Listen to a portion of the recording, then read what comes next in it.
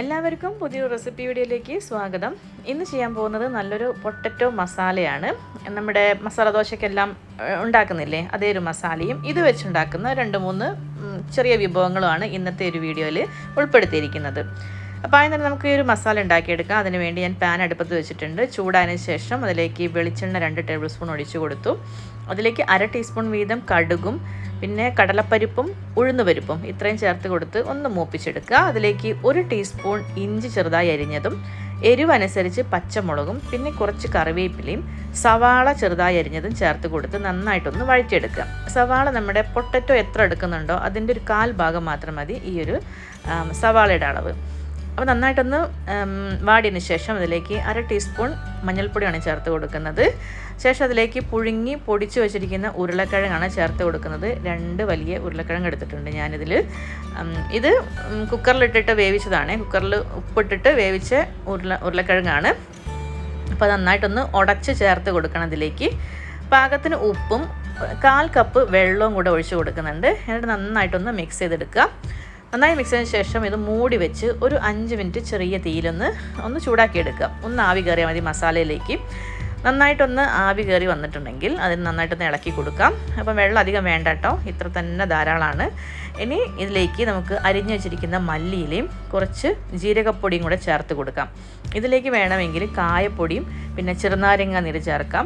അല്പം പഞ്ചസാരങ്ങ വേണമെങ്കിലും ചേർത്ത് കൊടുക്കാവുന്നതാണ്. പക്ഷേ ഞാനൊന്നും ചേർക്കുന്നില്ല. ഇത്രയും തന്നെ മതി. നല്ല ടേസ്റ്റി പൊട്ടറ്റോ മസാലയാണ് ഇവിടെ റെഡി ആയിട്ടുള്ളത്. അപ്പോൾ ഈ ഒരു മസാല നമുക്ക് തണുത്തതിന് ശേഷമാണ് കേട്ടോ അത് ബാക്കിയുള്ള ഇതിലേക്ക് ചേർത്ത് കൊടുക്കുന്നത്. ഇത് നേരത്തെയൊക്കെ ഉണ്ടാക്കി വെച്ച് നല്ലതാണ്. ഇപ്പോൾ ഫ്രിഡ്ജിക്കൊക്കെ എടുത്ത് വെച്ചിട്ടുണ്ടെങ്കിൽ നമുക്കൊരു ദിവസം മസാല ദോശയ്ക്കും ബാക്കിയുള്ള ദിവസങ്ങളിൽ ഈ ഒരു വിഭവങ്ങളെല്ലാം ഉണ്ടാക്കിയെടുക്കാൻ പറ്റും.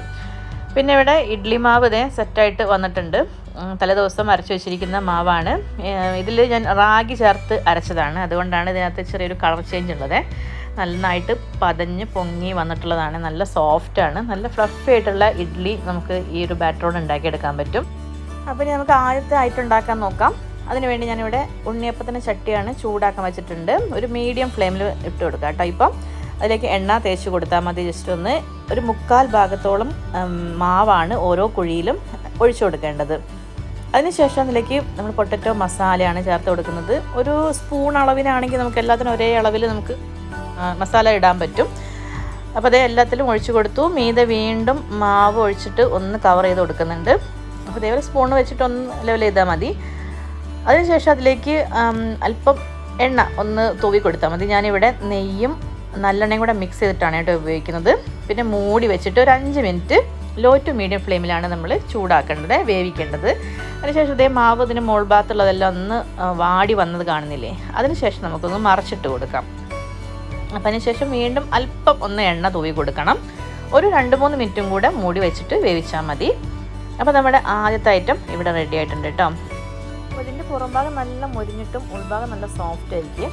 നമ്മുടെ മസാല ദോശയുടെ ഒരു ഉരുണ്ട വെർഷൻ അത്രയേ ഉള്ളൂ. ഇനി രണ്ടാമത്തെ വിഭവം എന്ന് പറയുന്നത് സ്റ്റീം ചെയ്തെടുക്കുന്നതാണ്. അതിൽ ഇഡ്ഡലി തട്ടിൽ ഞാൻ നന്നായിട്ട് എണ്ണയൊക്കെ തേച്ചിട്ടുണ്ട്. അതിലേക്ക് 1/4 ഭാഗത്തോളം മാവ് ഒഴിച്ചു കൊടുത്തു. അതിന് മീതെ പൊട്ടറ്റോ മസാലയാണ് വെച്ച് കൊടുക്കുന്നത്. ഒന്ന് പരത്തിയിട്ട് വെച്ച് കൊടുക്കുക കേട്ടോ. അതിനുശേഷം അതിൻ്റെ മീതെ അത് കവർ ചെയ്യുന്ന രീതിയിൽ വീണ്ടും മാവ് ഒഴിച്ചു കൊടുക്കുക. ഇതിന് നേരെ സ്റ്റീം ചെയ്തെടുക്കുകയാണ് ചെയ്യുന്നത്.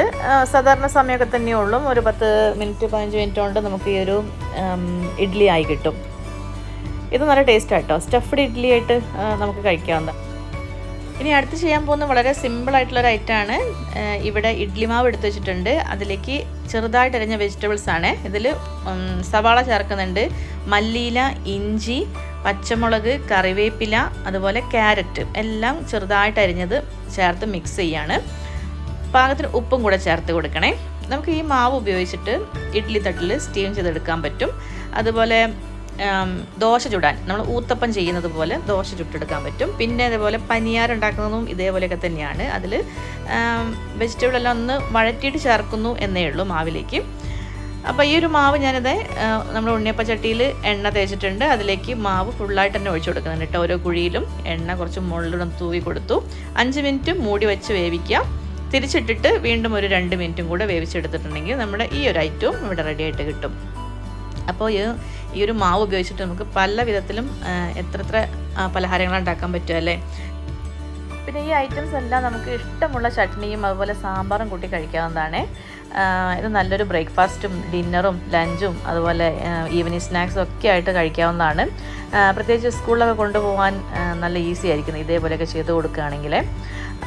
അപ്പോൾ നമുക്ക് നമ്മൾ ഉണ്ടാക്കിയിരിക്കുന്ന ഈ ഒരു ഐറ്റംസ് എല്ലാം ഒരു കോമൺ ഐറ്റമാണ്, എന്നാൽ പോലും ചിലർക്ക് അറിയാത്തവരും ഉണ്ടായിരിക്കാം. അപ്പോൾ അവരൊന്ന് ചെയ്ത് നോക്കൂ കേട്ടോ. നിങ്ങളിങ്ങനെ ചെയ്ത് നോക്കിയിട്ടില്ലെങ്കിൽ ഒന്ന് ട്രൈ ചെയ്ത് നോക്കൂ. ഈ ഒരു വീഡിയോ ഇഷ്ടപ്പെട്ടുണ്ടെങ്കിൽ ഒന്ന് ലൈക്ക് ചെയ്യുക. അതുപോലെ ചാനൽ സബ്സ്ക്രൈബ് ചെയ്യാത്തവരുണ്ടെങ്കിൽ ഒന്ന് സബ്സ്ക്രൈബ് ചെയ്തേക്കണേ. പിന്നെ അതുപോലെ കമൻസ് എഴുതി അറിയിക്കാൻ മറക്കരുത്. പുതിയൊരു റെസിപ്പി വീഡിയോ ആയിട്ട് കാണുന്നത് വരെ എല്ലാവർക്കും നന്ദി.